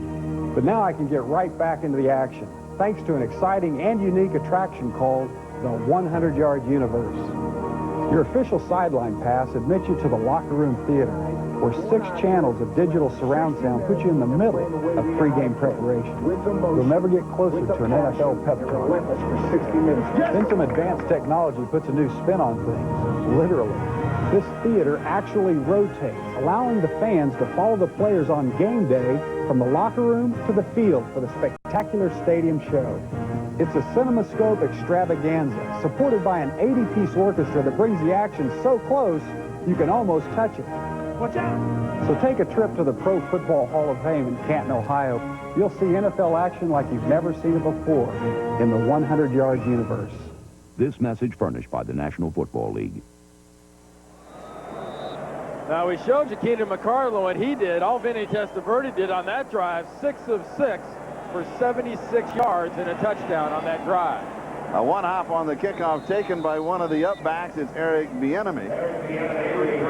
You know, and really on that scoring drive, Vinny and this offense have done everything that coming into this game, I think everyone expected out of Jeff Blake and the Cincinnati offense. Just being very efficient with the passing game, making things happen, having receivers make tough catches. And right now for Cincinnati, they haven't made much happen, and they haven't made many of the easy catches, much less catches, with only 125 yards total offense in the first half. compared to 237 for the Cleveland Browns. Browns almost 2-1 to this point. Not quite, but almost. First down, 14 seconds left, second quarter. 4 receivers going deep sideline, almost intercepted. It was right there for Stephon Moore, but he couldn't pull it in. Oh, he knocked it down. He was busy keeping his feet in bounds. He knocked it down very well, Charlie. Yes, you know, it's a defensive back's job to knock down passes, and here's a good job by a safety. He's looking at the thumbs, he's looking at the ball, and he's still looking at the ball. That's right, and he had a smile in case the photographer was there. Yeah, it never stopped on the way through his hands. Right. It never did. Picked up speed as it ricocheted off of the thumb. Second down.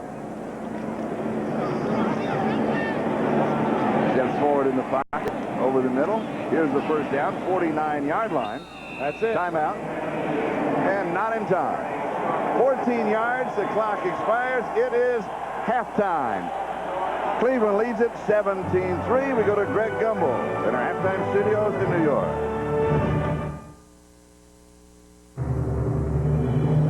This is the Domino's Pizza NFL on NBC Halftime Report. Brought to you by Domino's Pizza. When it's gotta be great and it's gotta be now, it's gotta be Domino's.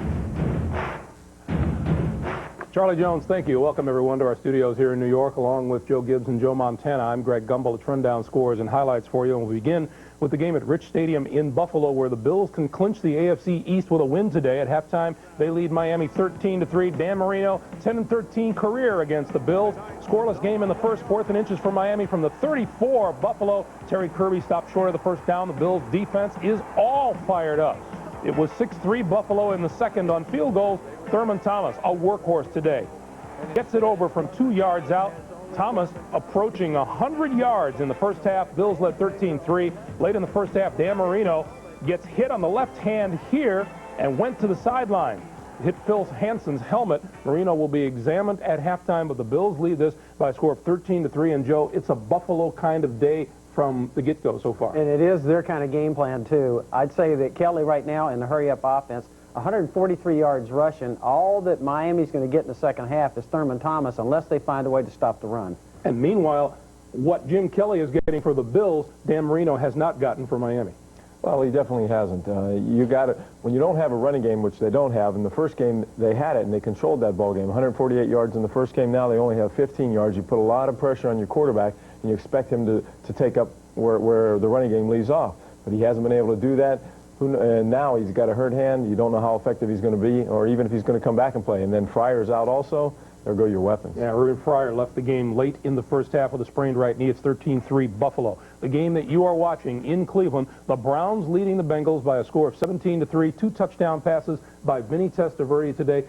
It was questionable as to whether or not, Joe, this Browns team was going to come up fired up today. Well, the amazing, and we've talked about it on the show, but the amazing thing about the NFL, the unpredictability of it. But I think there was a lot of emotion in this game. I think this is a game where the fans seem to rally. You saw the players early going out, touching everybody, and I think that's what they've missed, the players have, is that support. I think in this game, for whatever reason, I think it probably because it's the last game, the fans are there, they're emotional, and the team is playing that way. Yeah, I would think, Joe, that a player would be in a very strange feeling in this thing. Well, it's a strange situation to be in. You want to go in, you feel bad for the fans in Cleveland, you feel bad for the players because of the things that have taken place. But on the other hand, Cincinnati's had plenty of opportunity to put this away. They had some drop balls. They had a drop ball in the end zone.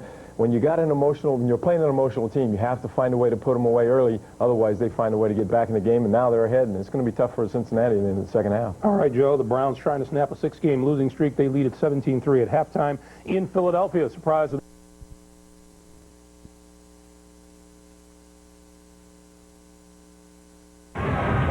seconds. 10, 9. You buy Domino's Pizza. When it's gotta be great and it's gotta be now, it's gotta be Domino's. Bob Costas and Mike Ditka spending this Sunday afternoon in Cleveland along with Charlie Jones and Randy Cross, who are calling the game under ordinary circumstances in the past. The Battle of Ohio, the Bengals and the Browns, a December day, Browns up 17-3. This place would be rocking, but the cheers are very hollow today.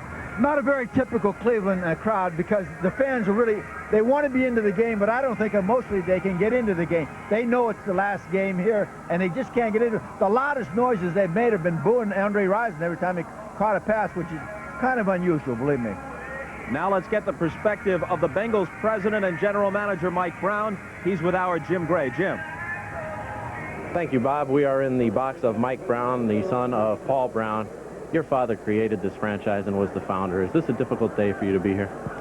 Well, it's sad if this is the last day here. In my heart of hearts, I can't make myself believe that. Somehow, some way, I think NFL football is going to continue on here. I can't tell you that I know just what form that's going to be, but the city deserves it. It has a rich tradition, and I just don't think it's fair that it should end. I don't believe that it's going to end. These fans have behaved very well up until this point here at halftime. The sadness that you see in the people, can you describe it for us? Well, they feel it. They've been part of this franchise for generations, and it is a hurtful thing to them. I understand it because I have the same feeling. Mike, thank you for joining us. Okie doke. Over to you, Bob. Okay, Jim, the situation here in Cleveland has focused national attention on the issue of franchise free agency in the NFL. The league itself is certainly not blameless in all this, and those owners with consciences know that the worst of these situations border on extortion, and if it doesn't stop, the league's credibility will be shot. But for now, let's consider Art Modell. There's no doubt he's in debt. There's also no doubt most of this is his fault. Remember, he bought this franchise for $4 million in the early 60s. It's now worth at least $160 million. He owned it through all the NFL's boom days of the 70s and 80s. And even in today's changed economic climate, the salary cap is $37 million, while each NFL team is guaranteed $38 million a year from network television alone. That's before they sell a single ticket or bag of peanuts. Who protects the interests of fans if owners can't succeed or claim they can't succeed under circumstances as favorable as that? Those who know Art Modell believe him to be a decent man. Over the years, he has done many good and selfless things for this city. But all of that has been washed away in one monumentally ill-considered act. If Modell felt he couldn't get out from under, if he felt unappreciated by the city of Cleveland, the only honorable way out was to sell the team to local interests. Instead, in a fit of pique and desperation, a good man made a terrible mistake. Now for Art Modell, the final sad irony is this. He grew up in Brooklyn. He must remember the feelings of heartbreak and betrayal when the Dodgers were taken away. And now Art Modell, a guy from Brooklyn, has become his sport and his generation's Walter O'Malley. The NFL on NBC continues after these messages from your local station. This is the Domino's Pizza NFL on NBC halftime report. Brought to you by Domino's Pizza. When it's gotta be great and it's gotta be now, it's gotta be Domino's.